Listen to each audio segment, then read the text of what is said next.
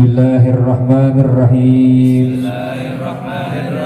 Nawaina ta'alluma wa ta'lima wal istifadata wal ifadata wal muzakara wa tazkir wal hassa ala tamasuki bi kitabillahi wa sunnata rasulillahi wa du'a ilal huda wa dilalata alal khair ibtigha'a mardatillah wa qurbihi minallahi ta'ala wa sallallahu ala sayyidina Muhammadin wa ala alihi wa sahbihi wa sallam walhamdulillahi rabbil alamin.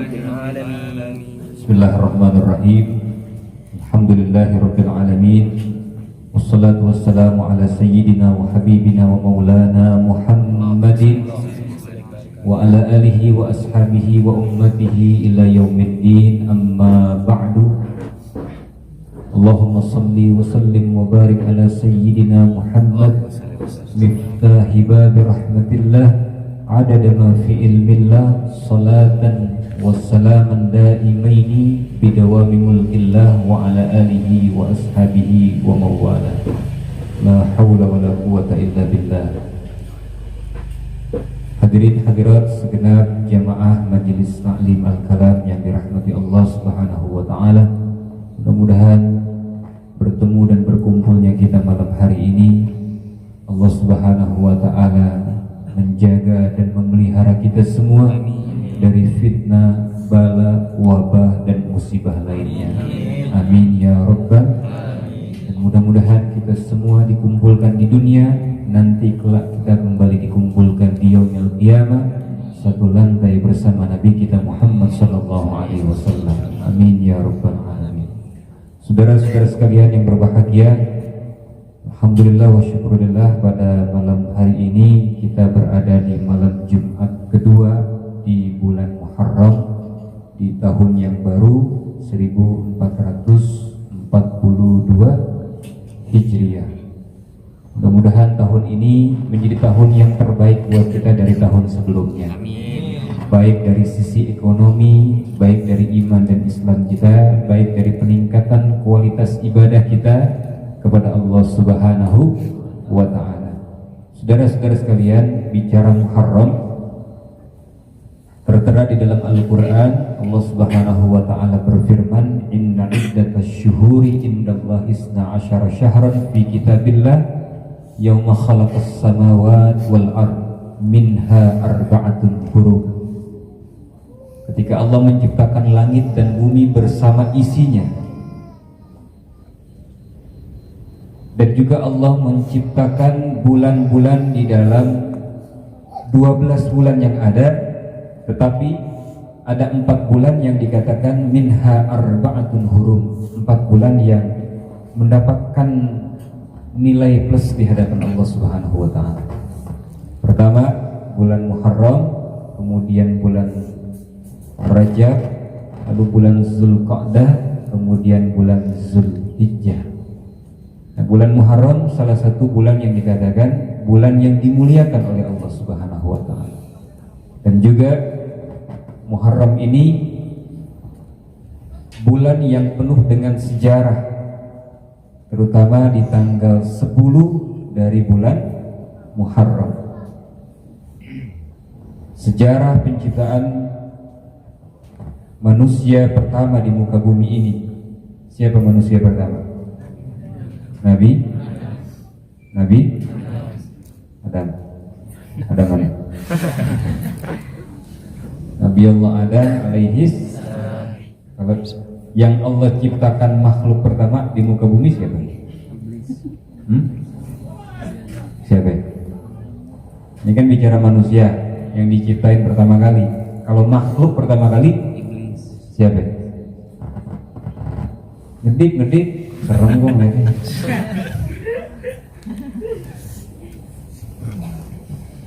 Lebih dulu iblis diciptain apa Nabi Adam duluan?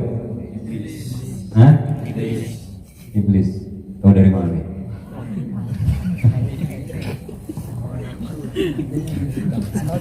Iblis sebelumnya makhluk yang Allah ciptakan dan ketaatannya kepada Allah luar biasa. Jadi kalau tingkat taatnya iblis sama taatnya kita itu kalah. Iblis taat, ibadahnya luar biasa. Tetapi iblis punya satu kesalahan, satu dosa yang dilakukan, dan itu dosa pertama kali makhluk kepada Khalik. Apa dosanya iblis? Apa? Sombong. Sombong itu apa sombong? Sombong apaan sombong? Sombong. Sombong. Sombong apaan sombong? Sombong itu batrul haq wa ghamdun nas. Merasa diri paling benar dan meremehkan orang lain. Jadi pendapat orang nggak pernah mau diterima, maunya pendapat dia aja. Kalau bahasa akademisnya itu arogansi. Arogan banget, sombong banget. Ini sombong, ini penyakit jasmani apa penyakit rohani? Penyakit jasmani apa rohani? Rohani. Kalau penyakit jasmani kita yang lebih tahu ketimbang orang lain. Tapi kalau penyakit jasmani kita lebih tahu dibanding orang lain. Tapi kalau penyakit rohani justru orang lain yang lebih tahu ketimbang kita. Kita suka bilang gini nih, tuh orang sekarang sombong. Yang ngomong siapa itu? Orang lain. Dirinya merasa nggak kalau dia sombong? Enggak. Makanya sombong merupakan penyakit ruhani. Hati-hati, itu virus di dalam hati yang bernama sombong. Ketika sedikit saja ada dalam diri manusia, Allah nggak akan pernah memasukkan dia ke dalam surga. Dan itu dosa yang pertama kali dilakukan makhluk kepada Khaliknya. Jadi bukan dosa zina, bukan dosa judi, bukan dosa maksiat lainnya, tapi dosa sombong yang pertama kali makhluk lakukan kepada Khalik. Gara-gara sombong, Allah keluarkan itu makhluk dari surga. Penyebabnya cuma satu, dia sombong. Ketika Allah perintahkan usjudu li Adam, hai iblis, sujudlah kalian kepada Adam. Sujud di sini bukan dalam arti sujud ibadah, bukan.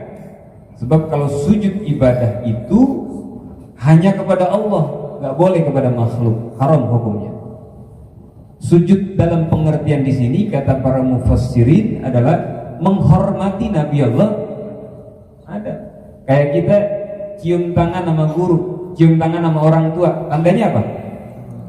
Kadang kita cium kaki ibu kita, tandanya apa? Apakah kita menyembah ibu kita? Enggak. Tandanya kita menghormati orang tua. Begitupun Allah perintahkan kepada iblis ini untuk apa? Sujud dalam artian menghormati kemuliaan Adam. Karena manusia itu lebih perfect, lebih sempurna dibanding makhluk lainnya. Makanya Allah perintahkan. Tapi iblis merasa orang yang paling dulu diciptakan. Merasa apa? Sombong. Merasa gak mau. Loh, saya kan senior, dia kan junior. Dia sunat gua pangku gitu. Merasa lebih dahulu diciptakan, merasa bangga diri, nggak mau, ngapain cium tangan sama yang baru gede, baru kemarin diciptakan. Khalaqtani min nar wa khalaqtahu min tin. Aku kan kau ciptakan dari api, sedangkan dia dari tanah. Unsur api lebih mulia. Merasa paling sombong. Akhirnya kata Allah apa? Keluar kau iblis. Surga ini tidak pantas dimasuki oleh orang-orang sombong. Bayangin. Iblis yang tadinya tinggal di surga sombong, Allah keluarin dari surga. Kita yang belum tentu masuk surga sombong, mau masuk mana? Coba deh pikirin. Iblis, ini kan udah ngerasain surga tuh, segeblek-gebleknya iblis, ya kan? Udah pernah ngerasain surga. Cuman punya penyakit sombong, Allah keluarin dari surga. Yang belum pernah ngerasain surga, nyium aja belum pernah, sombong. Mau masuk kemana kita? Gorong-gorong. Lu mau kampanye? Lagi apa sih yang mau kita sombongin? Apa yang mau kita banggain? Ketampanan. Berapa lama Anda ganteng? Sekarang mungkin masih ganteng. Sekarang masih punya duit, masih bisa perawatan muka. Berapa lama Anda cantik? Masih punya duit, masih bisa perawat muka. Coba lihat. Udah mulai umur 40, 50 udah kelihatan. Lu muka mau didemplonin kayak gimana juga udah ketahuan. Made in manusia mah sebentar. Betul nggak? Betul. Yang namanya made in manusia itu sebentar. Mau diapain tuh muka? Mau dioperasi plastik ya? Hati-hati. Orang yang mukanya dioperasi plastik, jangan deket-deket acara kebakaran. Mimer tar hidung. Ya Allah. Apa yang mau kita banggain coba sekarang? Apa yang mau kita sombongin? Pangkat. Berapa lama kita menjabat? Betul? Apaan yang mau kita sombongin? Ilmu. Di atas langit pasti ada langit. Jangan merasa sombong. Iblis saja yang udah ngerasain di surga, sombong Allah keluarkan dari, karena memang surga gak pantas dimasuki oleh orang-orang sombong. Oleh karenanya hilangkan sifat sombong dalam diri kita. Insya Allah la yadkhulul jannah, tidak akan mencium baunya surga. Jangan kata masuk surga, cium baunya surga Allah haramkan. Buat siapa? Man kana, bagi mereka mithqala min kibrin, yang di dalam hatinya punya kesombongan. Nauzubillah min, karena punya merasa kebisaan sombong. Belajar silat baru 3-2 jurus, orang diajakin berantem dulu. Sombong. Mau ngapain? Nauzubillah min. Dia nggak mau sujud sama Adam, akhirnya keluar dari surga. Tapi apakah di situ selesai iblis menggoda Adam? Ada apanya tuh? Dia keluar dari surga gara-gara siapa? Nih iblis keluar dari surga gara-gara siapa? Hah? Gara-gara yang ada apa? Dendam, kesel, brengsek banget nih Adam. Gara-gara dia gue dikeluarin dari surga. Akhirnya apa yang terjadi saat itu? Iblis mulai saat itu, detik itu, mendeklarasikan bersama teman-temannya, mulai saat ini kita bersama kroni-kroni kita, berserta seluruh bala tentara kita goda habis-habisan, ajak perang tuh anak cucu Adam. Gak mau kita surga menturu-turu kita. Orang sekarang kan begitu, ajak neraka nih, ajak orang lain, gak mau sendiri. Kadang-kadang goblok aja ngajak barengan gitu. Gak mau tuh. Mulai saat itu genderang perang dijalankan oleh iblis alaihi laknatullah. Iblis nangisnya nih lagi Idul Fitri doang. Coba dah, Idul Fitri nangis iblis tuh, sampai gembongnya iblis nangis di pengkolan gini aja. Ya bener, ini cerita bener, cuma saya improvisasi aja. Ini ada dalam riwayat. Ini rajanya iblis nangis sejadi-jadinya. Akhirnya datang nih prajuritnya. Biasa nih teman-teman sesama iblis. Kenapa nangis bos? Pusing gua. Oh goda habis-habisan anak cucu Adam, tapi hari ini mereka semua diampuni dosanya oleh Allah. Makanya Idul Fitri semua kembali suci. Kata anak buahnya, tenang aja bos, cuman hari ini doang. Coba besok kita goda. Kan kebanyakan kita benernya gak Ramadan doang begitu. Ramadan udah orang bener gitu semuanya. Insya Allah. Masjid rame, musola penuh, lagi Ramadan. Masuk malam 2 Syawal lagi digoda. Jangan kata malam 2 Syawal, malam takbiran kita udah digoda. ada orang yang pesta pora di malam takbiran dengan meminum minuman keras. Benar gak? Betul. Auzubillah min dzalik. Takbir keliling, minum minuman keras, jatuh, mati. Husnul khotimah, husnul khotimah. Biar lo kate matinya dalam malam takbiran. Orang meninggal di masjid, husnul khotimah atau husnul khotimah? Tergantung. Dia lagi mabok, ketiban beduk, ayo. Tergantung matinya, jangan mentang-mentang, oh matinya di tempat baik di masjid, ya tapi dalam keadaan apa? Bener gak? Umpama dia habis joget, mabuk, akhirnya istirahat tiduran di ember masjid, ditibanin beduk malaikat.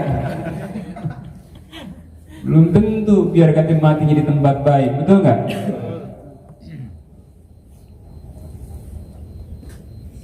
Pada akhirnya iblis nggak terima, dia ganggu habis-habisan anak cucu Adam. Bahkan gangguannya sampai sekarang, saudara. Ngeganggu siapa?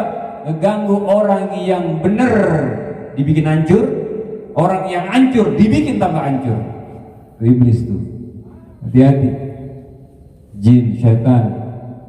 Jin nggak takut sama ustaz, takut sama tukang permak tuh jin. Permak jin, takut tuh. Jin mau lewat, gila gue mau dipermak katanya. Allahu Akbar, digoda kita, Masya Allah, dengan berbagai macam kenikmatan-kenikmatan dunia. Akhirnya akibat godaan iblis, singkat kisah, Adam pun kena rayuan tersebut. Disuruh makan apa? Buah khuldi. Khuldi itu yang namain siapa? Siapa? Iblis-iblis juga. Memang Allah nyebutin dalam Quran buah khuldi, gak ada. Yang namain siapa? Iblis. Makan nih khuldi, khuldun, kau akan abadi di surga. Adam gak kena. Laki-laki gak gampang kena rayuan, tapi perempuan paling gampang kena rayuan. Emang udah begitu dari sononya. Perempuan mau pakai cadar kayak udah gampang banget, laki-laki brengsek pada. Iya, tuh perempuan yang jilbabnya rapat, ya Allah. Pakaian gamisnya berlipat-lipat, kena sama anak kemarin sore. Hati-hati perempuan, saya bilangin laki-laki kalau udah ngerayu maut. Yang tadinya pakai jilbab bisa lepas, yang tadinya pakai kerudung bisa jadi warung.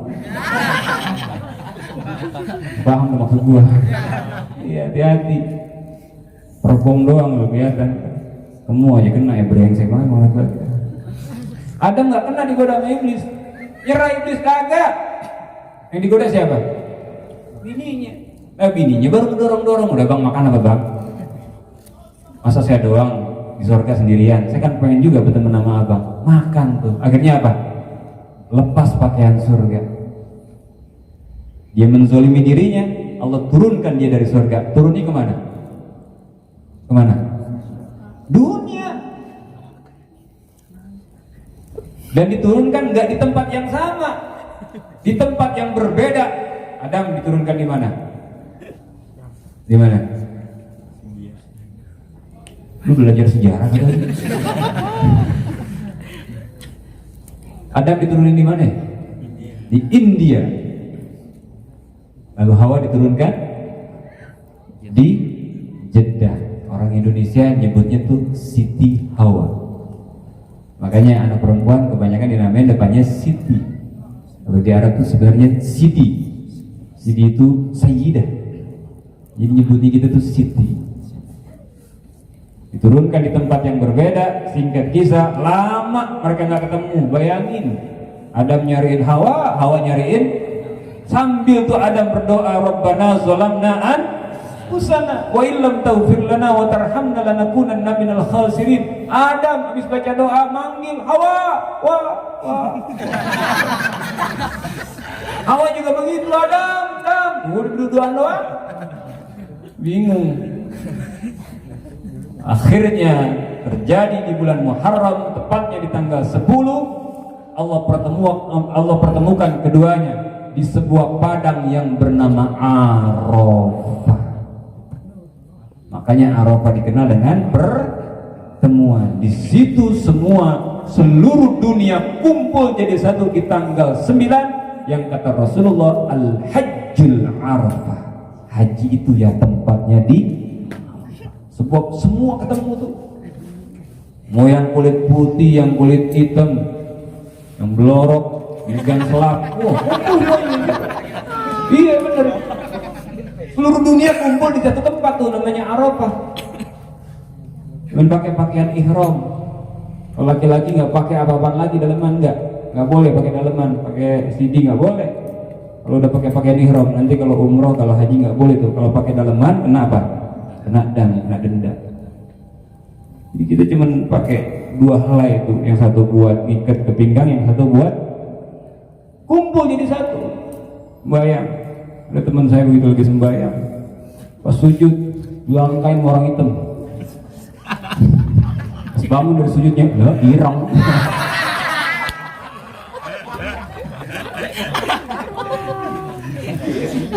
Gak tahu lihat kelenengan. Lo ireng katanya, ireng bahasa Jawa, hitam katanya. Itu yang paham aja ngomong saya. Itu terjadi di tanggal 10 tuh, di sebuah tempat yang namanya Arafah. Makanya di situ ada monumen pertemuan Nabi Allah Adam di sebuah bukit yang bernama Jabal Rahmah, bukit kasih sayang. Situ ditemukan tuh. Mudah-mudahan nanti bisa lihat Jabal Rahmah semuanya. Ya Rabbah. Tinggi gak? Tinggi. Karena memang Nabi Allah Adam itu tinggi. Ukuran Nabi Allah Adam itu 30 meter. Makanya di sana ada replikanya, replika baju Nabi Adam, replika sepeda Nabi Adam. Ada. Karena memang dalam riwayat itu Nabi Allah Adam alaihissalam tingginya 30 meter. Lu bayangin, manusia tinggi 30 meter. Gimana? 30 meter. Panjat pinang gak usah pakai manjat ya. Mau pakai langsung. Iya. Itu tinggi Nabi Allah Adam alaihissalam. Nah itu terjadi di tanggal 10 bulan Muharram. Begitupun Allah selamatkan perahunya Nabi Allah Nuh alaihissalam juga di tanggal 10 Muharram. Allah selamatkan Nabi Allah Ibrahim dari api yang menyala-nyala karena kekejaman Raja Namrud saat itu kan. Itu kayu bakar seada-adanya tuh, bukan lagi sekampung, seluruh kampung diminta, setiap rumah diminta kayu bakar, diwajibin tuh sama siapa? Raja Namrud. Makanya satu hari dalam riwayat Ibrahim pernah bawa istrinya tuh. Siapa istri Ibrahim? Siti siapa? Siti Hajar dan Siti Sarah. Bahasa kita Siti Sarah. Satu hari dibawa di Siti Sarah. Namrud lihat nih. Siapa tuh? Namrud nggak manggil Nabi, manggil aja. Siapa yang lu bawa? Kata Nabi Ibrahim apaan? Ini yang saya bawa saudara saya. Oh udah jalan. Sebab apa? Kalau dibilang yang dia bawa bininya, kan Sarah sempat marah tuh, bang. Kenapa kok saya dibilang saudara? Saya kan bini abang. Kalau gue bilang lu bini gue, lu bakal diambil sama Namrud. Karena apa? Karena kesenangan Namrud senengnya bini orang. Namrud tuh nggak senang perawan, apalagi janda. Senangnya bini orang. Bini orang gangguannya luar biasa. Mudah-mudahan bini kita cakep, masih cakapan bini orang kan kurang ajar.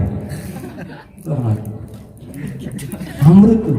Makanya kalau ada orang yang pecinta bini orang, nah berarti dia titisannya Namrud. Bener.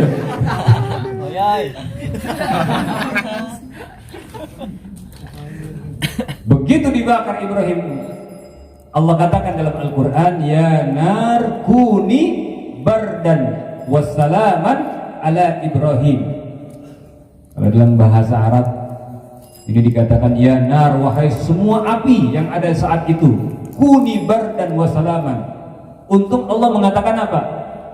Bardan wassalaman. Ada kata-kata salaman di situ. Jadi penting. Sebab kalau dikatakan ya nar kuni bardan, wahai api dinginlah, Ibrahim menggigil saat itu. Tapi karena dibilang kuni bardan wassalaman, Begitu dingin, Ibrahim diberikan kesejukan oleh Allah Ta'ala dan diselamatkan. Makanya doa itu penting, sisipkan kata-kata keselamatan di dalamnya. Kita minta kaya tapi kudu selamat mintanya. Kita minta rezeki yang luas tapi minta dalam keselamatan. Penting.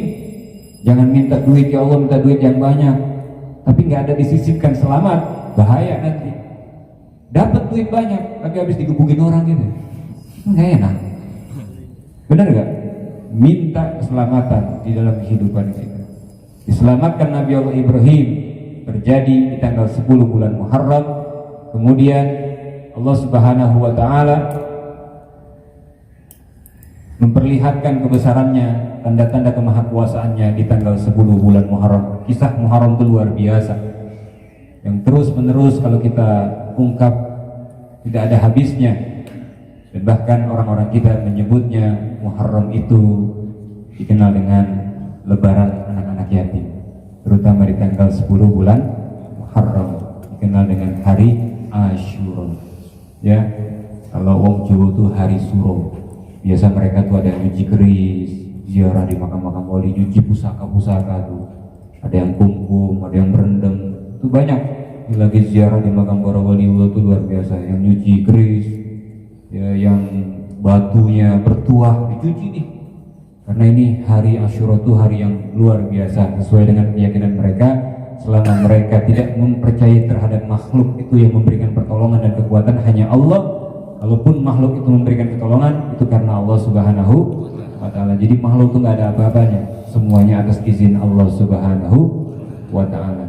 Nah, oleh karenanya, alhamdulillah wa syukurillah, kita akan sama-sama nanti di tanggal 10 bulan Muharram, tepatnya jatuh hari Sabtu. Insyaallah kami dari pengurus akan mengajak anak-anak yatim kita untuk jalan-jalan ke daerah Puncak. Doakan mudah-mudahan diberikan keselamatan baik pergi dan pulang, dan mudah-mudahan kita menyenangi anak-anak yatim di dunia, nanti kita akan disenangi oleh Rasulullah di yaumil qiyamah. Bagi jamaah yang ingin mendonasikan atau ingin membantu, silakan langsung bisa menghubungi pengurus. Mudah-mudahan apa yang menjadi niat dan hajat kita semua dan para penyumbang yang sudah mentasarrufkan rezekinya diganti oleh Allah dengan balasan yang berlipat ganda. Jangan lupa bagi jamaah yang ingin menjalani puasa sunnah, besok bisa dilakukan di tanggal 9 dan 10 atau 10 dan 11 ya. Sekalipun Rasulullah hanya menjalani tanggal 10 saja. Dulu selama di Mekah Rasulullah tuh puasanya tanggal 10 doang. Tiap hari 10 Muharram beliau puasa. Tapi begitu sampai ke Madinah, melihat orang-orang Yahudi pada puasa, Rasulullah tanya, kenapa kalian puasa di tanggal 10 bulan Muharram? Ini Yahudi menjawab, karena Allah telah menyelamatkan Musa dari kejaran Fir'aun. Kata Rasulullah apa? Aku lebih berhak, hei Yahudi, ketimbang kalian. Maka saat itu, detik itu, dari lisan Rasulullah yang mulia keluar sebuah kata, la'in bagitu ila qabilin la asumanna tasi'ah. Kata sungguh-sungguh keluar dari lisan Rasulullah, seandainya tahun depan aku masih hidup lagi, maka aku akan puasa tidak hanya tanggal 10 bulan Muharram, tapi tanggal 9-nya aku akan puasa. Saking apa? Saking Rasulullah tuh nggak kepengen ibadahnya disamain sama orang Yahudi. Kalau menyamai orang Yahudi itu namanya tasabbuh, ya, menyerupai. Ya, orang kita nih kalau ulang tahun tiup lilin itu tasabbuh tuh, menyerupai. Pakai topi apa tuh namanya? Ulang tahun yang ada kerucutnya tuh kayak kukusan. Itu menyerupai itu namanya. Itu bukan ajaran kita. Ya. Hati-hati jangan sampai tasabbuh, sebab ada ungkapan man tasabbaha biqaumin fahuwa minhum. Barang siapa yang menyerupai satu kaum, maka dia termasuk kaum di golongan itu. Nauzubillah min dzalik. Makanya Rasulullah saking enggak kepengen sama tuh, beliau katakan, tahun depan kalau masih dikasih umur sama Allah, saya akan puasa dari tanggal 9. Di 9, 10. Tapi sayang memang Rasulullah tahun depannya sudah meninggal dunia. Tapi kata-kata itu adalah kata-kata yang Rasulullah keluarkan dengan kalimat yang sebenar-benarnya. Artinya ulama kita mengatakan puasalah tidak hanya tanggal 10, tapi tanggal 9 ataupun digandeng dengan tanggal 11. Jadi boleh 9, 10 atau 10 dan 11. Bahkan orang-orang tua kita dari mulai tanggal 1 udah berpuasa kemarin. Ya, kita minimal 2 hari dah. Kalau nggak 9, 10, 11. Kalau nggak puasa bagaimana? Ya nggak apa-apa, karena memang hukumnya adalah sunnah. Tapi kalau ditanya apa sih manfaatnya puasa di hari Asyura, puasa di hari Tasu'ah, yukaffiru sanatal madiyah, akan menghapuskan dosa-dosa kita di tahun yang lalu. Mudah-mudahan buat kita yang diberikan kesempatan, kesehatan, waktu, maka berpuasalah sekalipun ini terbilang sunnah. Kalaupun yang tidak, ya nggak apa-apa, karena memang ini hukumnya adalah sunnah saja. Tapi yang sempat berpuasalah, dan yang punya keluasan rezeki, keluarkan rezeki kita, terutama di tanggal 10 di bulan Muharram. Santuni fakir miskin, anak-anak yatim, senangi mereka. Kalau hajat kita pengen kabul, maka keluarkan rezeki kita. Mudah-mudahan Allah Ta'ala meluaskan rezeki kita, Allah Ta'ala memberkahi kehidupan kita, Allah Ta'ala subhanahu wa ta'ala memberikan kita kesehatan yang sempurna zahiran wa batinan ya arhamar rahimin, bijahi Sayyidina Muhammad sallallahu alaihi wasallam. Al-Fatihah.